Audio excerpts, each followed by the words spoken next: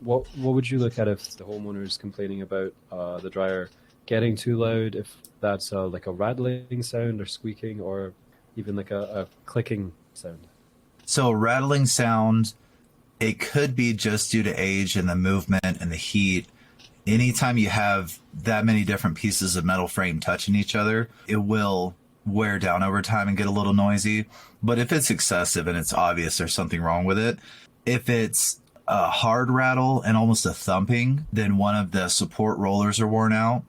And so as the drum spins over these support rollers, and most dryers are going to have anywhere from 2 to 5 different support rollers that basically look like rollerblade wheels.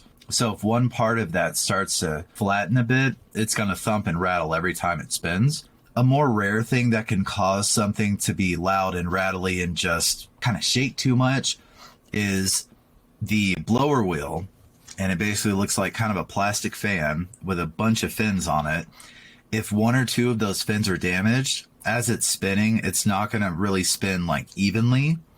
And so it's going to cause excess movement. That's really rare, but I have seen that a few times. And you can determine that just by doing a visual inspection. If you're able to pull the front off and pull the cover off the front of the blower wheel housing, if it's covering it, you'll be able to see if some of those fins on the fan are broken. So that'd be a rattling, thumping.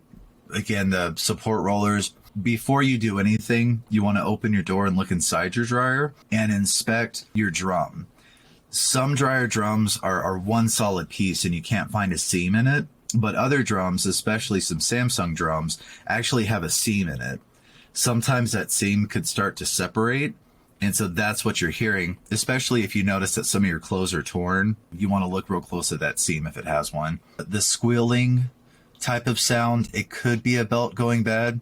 Typically, belts are kind of like a light bulb. They're good until they break, essentially. So if you hear a squealing or if you hear like a bearing, high-pitched kind of whining sound, especially if it changes, if it goes from okay to really bad or really bad to okay as it runs, it's almost always going to be the tension pulley for the belt.